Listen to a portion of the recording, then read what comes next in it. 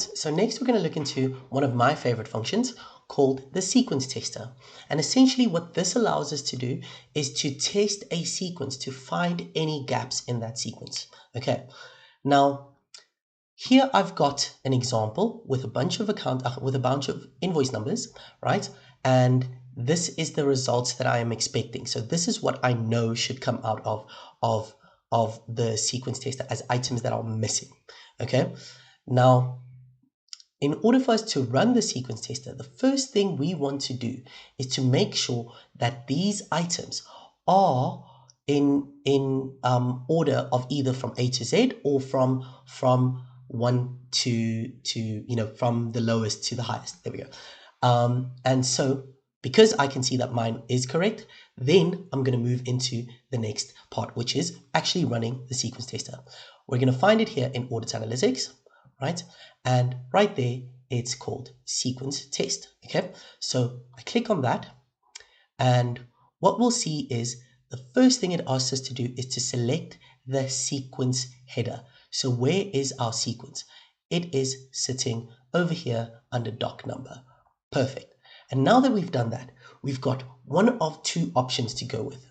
Either we can go with purely numeric, which means that we're going to tell it what the expected increment is. In other words, what do we expect each document number to increase by, right? So if this was purely numeric, we would just add a 1 in here, right? Assuming that it didn't have I and V in front of it, we just add a 1 in here, and we would say number, because we would expect it to increase by 1 every single time.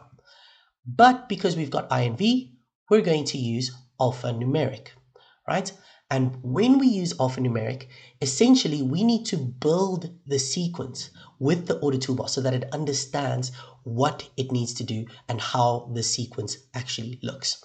Okay, so the first thing we need to do is look at our format. So what does our sequence look like? What is the format?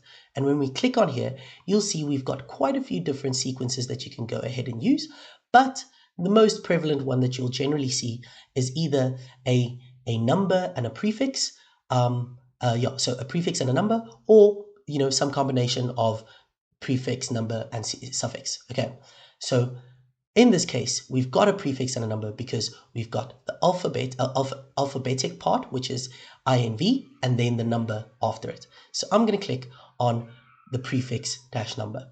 Then my expected increment unit is 1, like we discussed before, and it is a number. It is not a day, a month, or a year, right?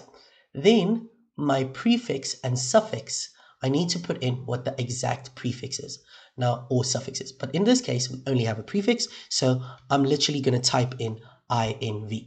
Okay, and we have no suffix. If we did, I'd add one. And lastly, our delimiter.